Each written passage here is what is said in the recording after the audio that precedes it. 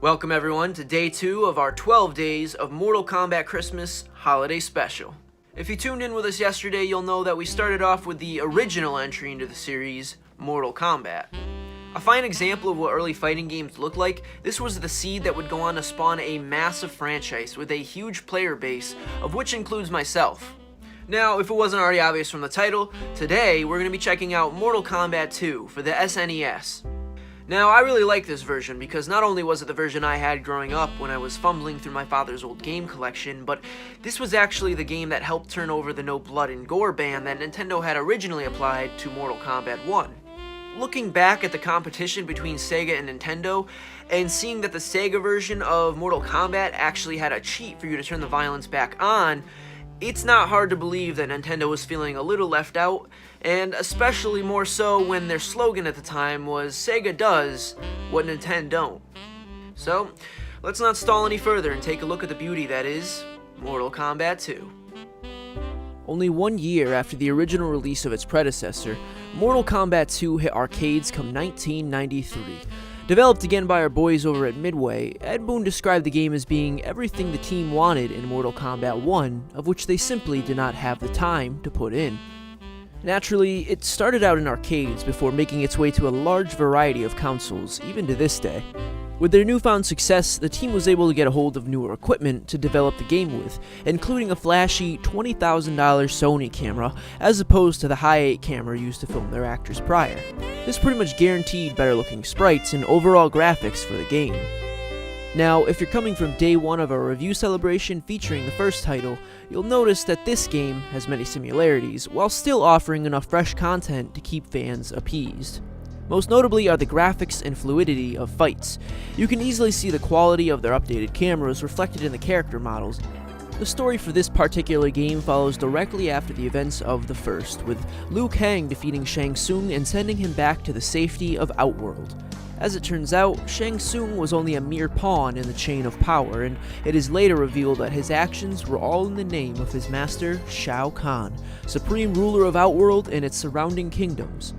Wishing to regain control of Earthrealm, Shang Tsung begged Shao Kahn for his life, putting forth the suggestion of holding yet another Mortal Kombat tournament, but this time in Outworld, where they would have the home advantage.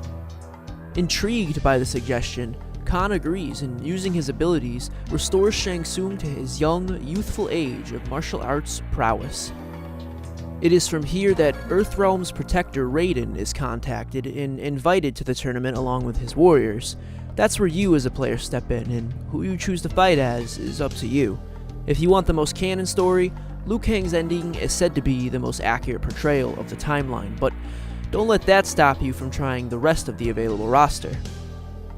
This time around we have some new fighters to choose from, as well as a couple of the classics. Returning characters include Liu Kang, Johnny Cage, Sub-Zero, Scorpion, and Raiden. Newly playable characters are that of Kung Lao, Reptile, Shang Tsung, our previous game's boss, Kitana, Jax, Mileena, and Baraka. Those with a good memory will notice that Kano and Sonya Blade are absent from the roster. However, they can technically be seen in the background of one of our stages. Unlike the previous games where Reptile was just an Easter egg character composed of Scorpion and Sub-Zero with a green palette, this Reptile is now his own being, sporting swampy and acidic-based moves.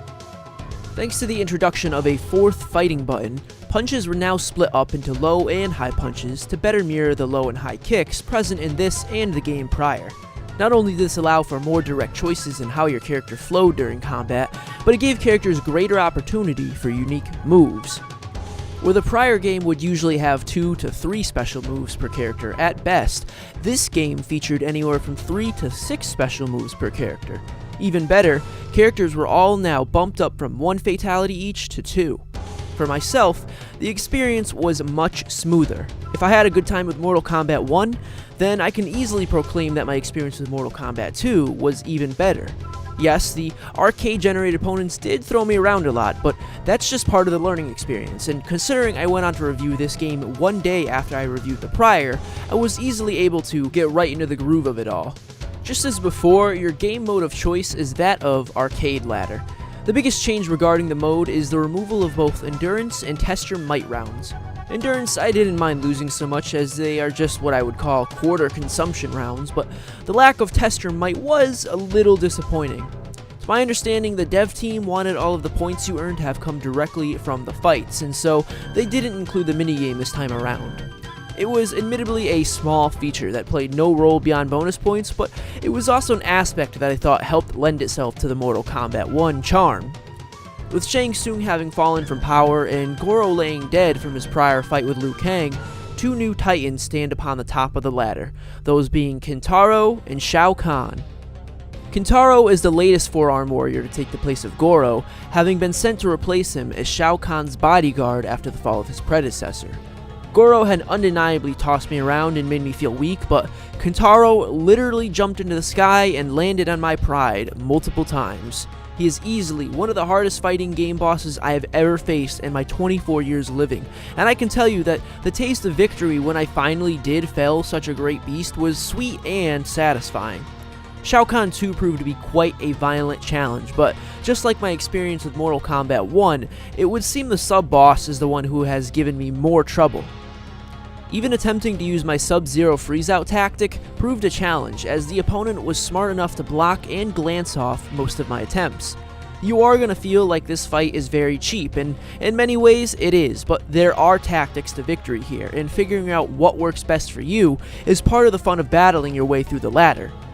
Doubling back on the topic of finishing moves, I mentioned that each character has 2 fatalities that they can perform. Beyond this, however, are some new introductions into the series that allow you to end your opponent on your own terms. These include friendships, babalities, and stage fatalities. The pit does make a return again, with an even messier fate for those whom are knocked below, and the stages known as the Deadpool and the Combat Tomb both also feature a stage fatality, allowing you additional methods of finishing off your opponent. It honestly blows me away to see these stage fatalities in this era, because my ignorance had left me to believe that stage fatalities hadn't been introduced until Mortal Kombat Deception, but looking back, I realized that Deception in particular just put a big focus on the options you had available within a particular stage. Friendships and babalities were entirely new concepts at the time, and from my perspective, seemed to be a humorous response to all the media attention over the game's violence. In order to perform either of these particular finishing moves, you had to defeat your opponent with nothing but high and low kicks during the final round, almost as if taking a pacifistic approach to throwing punches. If you were successful and knew the respective code to punch in for your character, you would be treated to some rather humorous scenes depending on your choices. Babalities would outright transform your opponent into a small baby model of themselves, sporting a few details of their former adult lives. Friendships, on the other hand, vary with your choice of fighter. Baraka, for example, a warrior known for slicing and dicing opponents with his forearm blades, will instead pull out a present and offer it to the dizzied opponent. And Sub-Zero warms your heart instead of freezing it by showing off his cute new Sub-Zero doll for sale. I'm not a fan of product placements in games, but this one certainly gets a pass. The way the options involving finishing off your opponent have expanded since the prior game are phenomenal, and it was so much fun for me to be able to swap between different characters and try out a new finishing cinematic every time I was victorious. This is easily my favorite part of the series, and to go back and see the varying concepts that have evolved and adapted from a mere finishing move concept is extremely fun and engaging. I admittedly was never very good at the arcade games growing up, and as such I was never able to pull off any of the finishing moves, but now that I'm a bit older and have a better understanding of the timing and speed needed to execute these moves, I find myself grasping a deeper appreciation for the roots of the series. I may have brushed off these titles as inferior games in the past, but they have easily now proven to me that they are golden reflections of their era. The games were never bad when I was growing up, I just was, and being young, that isn't something you want to accept. Yet it's what makes reviewing these games such a positive experience for me. I can break them down and see what actually makes them tick from a technical perspective. There isn't too much more to mention with this game that hasn't already been covered here or in our prior review. Both games are very similar in concept, with 2 just naturally improving on everything introduced with 1. That claim applies even to the secret characters you can come across in this game, who are not playable, but a fun challenge to fight all the same. With 1, we would see Reptile popping up now and then to share some cryptic messages of how to fight him. and 2, we get secret cameos from the likes of Smoke, Noob Saibot, and Jade, 3 characters who would not only eventually become part of the main character roster later in the series, but big fan favorites between veterans and newcomers alike. Another small Easter egg worth mentioning is the toasty sound and image that will occasionally pop up when giving your opponent a particularly brutal uppercut. This was something that originally started off as a joke between the Mortal Kombat development team that eventually turned into a full-on game feature that is carried on to many of the games to come after this. The image itself is of Dan Forden, a sound designer who has worked on many of the Mortal Kombat games throughout the years. So Ed came up with like, okay, this is what we're gonna do. We're gonna put your face in the game and it's gonna say Toasty. I'm like, okay. And with all that said, I think that about wraps up my thoughts on Mortal Kombat 2 though, everyone. It's a very fun and fluid fighter that does everything better than the first game in all the ways you would expect of a good sequel. The SNES version I played on in particular had great animations, a colorful palette, and tons of really cool stages to fight on, including the fatality related ones we mentioned earlier. Unless you're trying to experience the original story, people interested in the series can probably skip the first game and pick up right here. Though, as I say that, I feel I may very well imply the same thing to Ultimate Mortal Kombat 3, which, hint hint, we'll be reviewing tomorrow. As it stands, I give Mortal Kombat 2 on the SNES a 9 out of 10. Get over here! It's fluid, it's fast, it's fun, and it's got all the grace of the arcade machine, but in the comfort of your own home. The biggest thing that keeps it from being a solid 10 is knowing that the third entry in the series does all of these things, but even better, if you can believe that. But we'll talk about that tomorrow. And that wraps up day 2 of our 12 days of Mortal Kombat Christmas.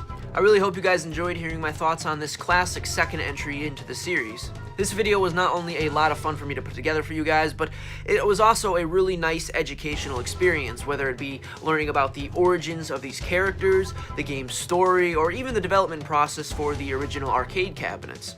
As always, you guys, if you enjoyed this video, please feel free to reflect that through either a like or a comment down below. And if you want to see more content like this in the future, make sure you're subscribed with notifications on so you can find out exactly when more videos like this go live. Thank you again, everyone, for watching. Perhaps I'll catch you at tomorrow's video. And as always, remember, stay safe, stay happy.